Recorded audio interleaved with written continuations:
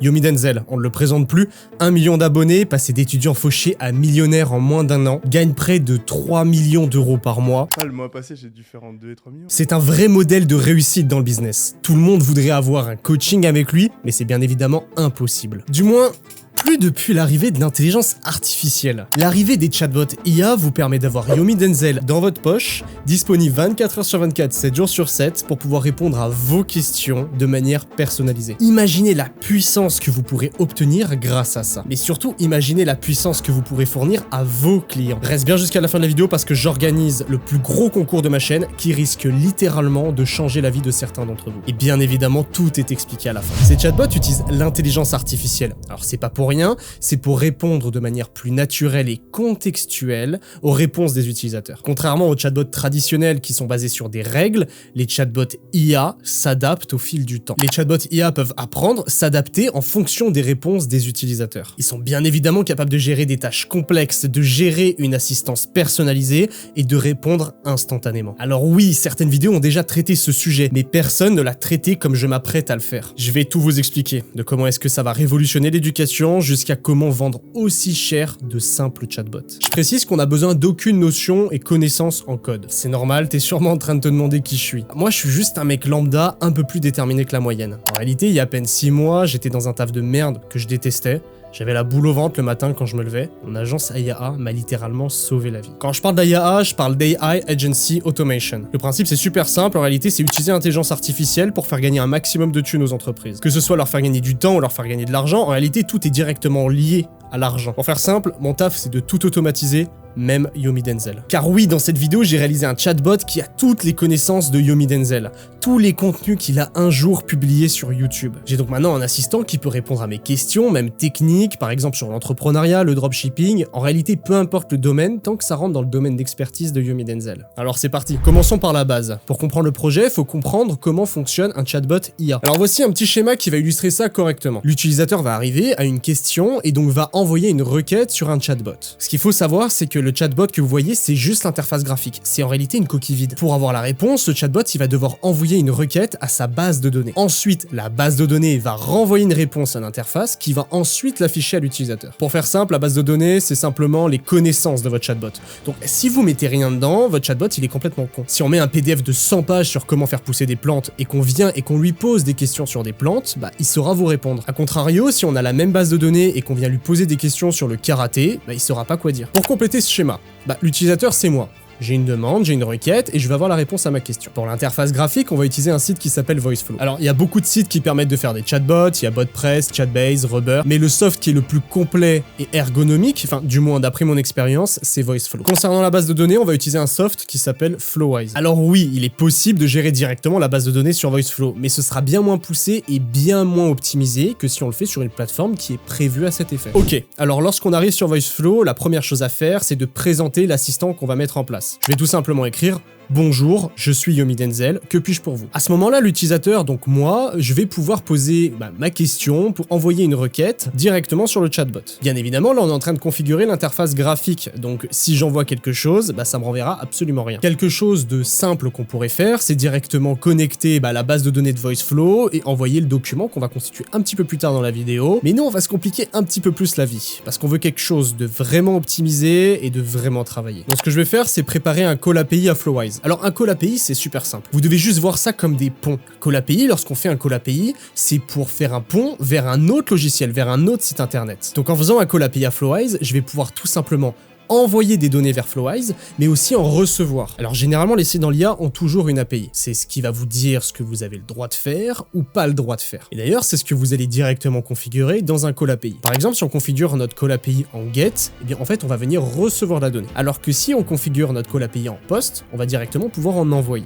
Et nous, par exemple, c'est ce qu'on veut faire. On veut pouvoir envoyer de la donnée. Lorsque l'utilisateur envoie une requête sur VoiceFlow, on veut que cette requête soit envoyée sur Flowise pour calculer et générer la réponse, pour ensuite nous la renvoyer sur VoiceFlow et afficher la réponse. Donc on va configurer un post. Si ça ne marche pas, on configure bien évidemment un petit message d'erreur. On demande à l'utilisateur s'il a une autre question et on met une porte de sortie pour expliquer quand est-ce que c'est la fin de la conversation avec notre chatbot. Et maintenant, en à peine 5 minutes, on a déjà configuré notre interface graphique sur VoiceFlow. L'idée, maintenant, ça va être aussi de configurer tout ça sur Flowise. Mais avant, j'ai besoin de vous faire une explication qui est essentielle, c'est LangChain. Cette explication, ça va vous expliquer concrètement comment est-ce que ça marche, un chatbot IA. Comment est-ce qu'il fait pour vous envoyer des réponses personnalisées. Eh bien, c'est super simple, on va venir utiliser LangChain. Alors, LangChain, c'est pas un autre outil d'automatisation ou un simple système de gestion de base de données. C'est une plateforme qui utilise l'intelligence artificielle pour révolutionner la manière dont les informations sont stockées, récupérées et utilisées. Et on va voir ça directement avec ce schéma. Sur le point numéro 1, on voit que ici, on a ce qu'on appelle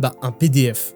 Tout simplement. Cet élément numéro 1, ça va être notre base de données qu'on va venir constituer. C'est un élément qu'on verra un petit peu plus tard dans la vidéo. Bien évidemment, quand on a une base de données, notamment une grosse base de données, il va être limite impossible pour l'intelligence artificielle, du moins très compliqué, de venir chercher des informations précises et de répondre de manière précise à l'utilisateur en un temps vraiment réduit. Donc ce qu'on fait, c'est qu'on va séparer certains chunks, donc certaines parties du texte. C'est d'ailleurs nous qui allons choisir la taille du chunk et le nombre de chunks à mettre. Quand on sépare le texte donc en plusieurs parties, ce qu'on peut faire, c'est aller noter les mots-clés de chacune de ces parties, les mots-clés importants, les mettre dans une liste, et lorsque l'utilisateur fait une requête, on va pouvoir détecter certains de ces mots-clés, aller sélectionner certains chunks de texte pour après faire une réponse, donc personnalisée. Une fois que ça c'est fait, LangChain va embed ces informations. Et pour comprendre à quoi ça sert, on va devoir se poser une question. Qu'est-ce qu'une base de données vectorielle? Alors vous inquiétez pas, c'est un mot barbare pour dire quelque chose de super simple. Dans une base de données traditionnelle, toutes les informations sont stockées donc sous forme de données, de tableaux ou de valeurs. C'est super efficace pour des tâches simples, mais ça devient vite compliqué lorsqu'on a besoin de contexte ou de nuances. Alors qu'une base de données vectorielle permet de stocker des informations qui peuvent être facilement comparées et analysées. Ça signifie donc que LangChain peut comprendre le contexte dans lequel une information est utilisée.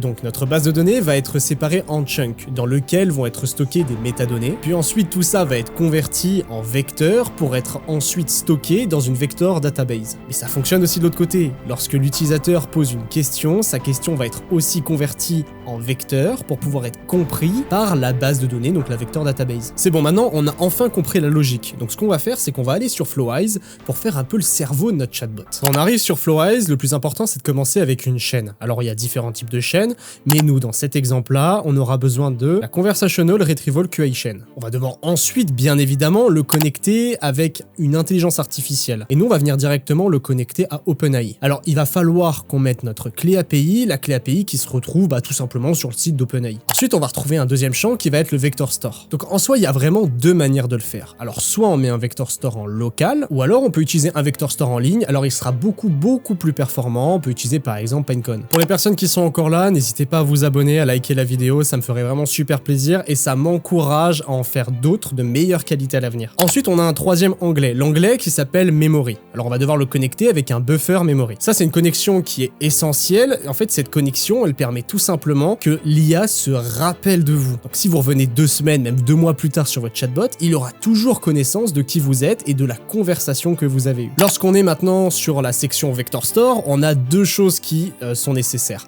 Le document et l'embedding. L'embedding, c'est simple, c'est ce qu'on a parlé tout à l'heure quand on convertit nos données en vecteurs. Pour faire ça, vous utilisez tout simplement l'embedding de OpenAI. Dans document, vous allez devoir choisir en fonction de l'extension de votre base de données. Si comme moi, tu as une base de données en .txt, va falloir choisir text file. Et c'est à ce moment-là qu'on va venir chercher le text splitter pour choisir quelle sera la largeur de nos chunks et aussi le nombre de nos chunks. Maintenant, on a terminé à 95% la configuration du cerveau de notre chatbot. Ce qui va nous manquer, c'est un prompt qui est hyper important, qui va le dire au chatbot de se considérer comme Yomi Denzel et d'agir comme Yomi Denzel. Pour ceux qui veulent le copier-coller, il sera directement dans la description. Et voilà, je pense que maintenant on a l'interface graphique qui est connectée avec le cerveau de notre chatbot. Donc maintenant, on va passer à la configuration de notre base de données. C'est vrai que c'est quelque chose qui est assez compliqué, que peu de personnes savent faire, en réalité vraiment très peu de personnes savent utiliser le plein potentiel de l'intelligence artificielle. Sauf que quand on a une agence d'automatisation par l'intelligence artificielle, on peut pas se contenter de faire les choses à la main. Pour construire notre base de données Yomi Denzel, ce qu'il faudrait, c'est récupérer toutes les vidéos de Yomi Denzel postées sur internet et récupérer la transcription écrite de tous ces contenus. Alors ce que la plupart des débutants font, et c'est normal si vous débutez dans la IA, de faire encore ces techniques-là, c'est de venir chercher les vidéos une par une et de récupérer la transcription. Le problème avec cette technique, technique, c'est que si vous voulez télécharger toutes les vidéos de Yomi Denzel, ça va vous prendre énormément de temps. Donc je vais vous expliquer qu'aujourd'hui, il y a vraiment deux techniques qui vont vous permettre de créer des bases de données de chatbots IA de personnes connues. La première, ce serait de venir télécharger tous les fichiers audio de Yomi Denzel, avec une technique qu'on va expliquer un peu plus tard. Utiliser le speech to text d'OpenAI qui s'appelle Whisper, puis mettre tout ça dans notre base de données pour former un seul fichier. Mais étant donné que je gère une agence d'automatisation par l'intelligence artificielle et que mon but c'est de gagner un maximum de temps, je préfère utiliser la deuxième technique. Au lieu de télécharger le fichier audio de la vidéo YouTube et après de transcrire ce même fichier, je vais directement télécharger la transcription automatique de la vidéo. Vous savez, c'est le moment où on active les sous-titres. Ce qui va me faire gagner énormément de place et de temps parce qu'au lieu de télécharger des points MP3 qui sont beaucoup plus lourd, je vais devoir télécharger des fichiers texte. Maintenant, on rentre vraiment dans le concret. Pour pouvoir faire ça, je vais utiliser un outil qui s'appelle YouTube DLP. Cet outil va nous permettre de télécharger de manière automatique des fichiers sur YouTube. Des fichiers vidéo, des fichiers audio, des sous-titres. C'est un outil qui va se retrouver directement sur GitHub. Et c'est là qu'on va retrouver beaucoup d'outils utilisés par les meilleures agences IA. GitHub, c'est une plateforme en ligne qui va venir permettre aux développeurs de partager, de stocker et de collaborer sur du code informatique. Ce qui est super, c'est que sur GitHub, le code est stocké dans des espaces qui s'appellent les répertoires. En plus de ça, chaque répertoire dispose d'une URL unique que tout le monde peut accéder, enfin du moins si le projet est public. Et donc nous, au lieu de coder, c'est exactement ce qu'on va faire. On va accéder au répertoire de YouTube DLP. La première étape, ça va être de l'installer, puis de le configurer, et enfin de récupérer toutes les vidéos de Yomi Denzel dans un dossier. Quand je parle des vidéos, je parle bien d'un point .txt. Je parle pas du fichier vidéo, sinon ça prendrait bien trop de place et en plus de ça, bien trop de temps. Et le plus important dans une agence IA, c'est qu'on n'a pas de temps à perdre. Une fois que YouTube DLP est installé, alors pour l'installer, c'est super simple, faut juste suivre la doc qui est sur GitHub. Une fois qu'il est installé, j'ai fait une première commande. Alors oui, je suis d'accord, ça ressemble à une commande un peu barbare, mais attendez, je vais tout vous expliquer de manière super simple. YouTube DLP, ça sert simplement à initier la commande. Skip Download me permet de ne pas télécharger la vidéo vu que je veux simplement les sous-titres et que automatiquement la vidéo se télécharge. Convert sub SRT, ça me permet de convertir le fichier texte dans un SRT qui est le type de fichier utilisé pour stocker des sous-titres dans une vidéo. Et ensuite output transcript.srt, c'est tout simplement le nom que je veux donner à mon fichier. Et à la fin, le lien de la vidéo à télécharger. Et c'est là qu'on voit la différence entre une agence d'automatisation IA débutante et une agence d'automatisation IA beaucoup plus développée. Parce que ici dans notre fichier TXT, le problème c'est qu'il faut trouver un moyen d'enlever la numérotation, le HTML aussi, de faire en sorte que les lignes se suivent les unes après les autres, de ne pas télécharger une seule vidéo mais plusieurs, donc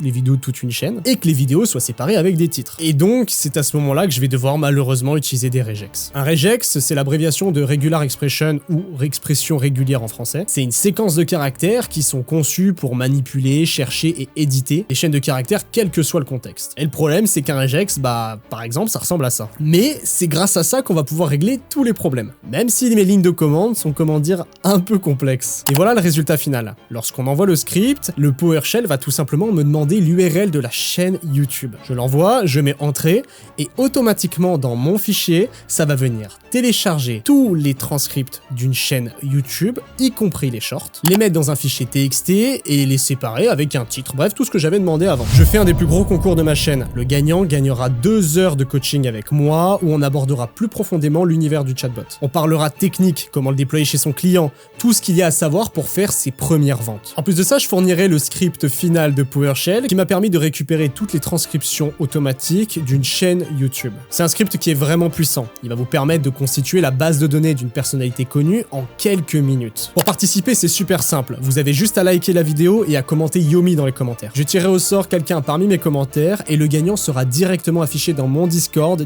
qui est dans la description. Le gagnant sera affiché dès qu'on aura passé l'objectif des 150 likes. Maintenant, la question c'est, est-ce que Yomi Denzel me conseille vraiment bien? Bien voici un petit récap des meilleures questions-réponses que j'ai eues.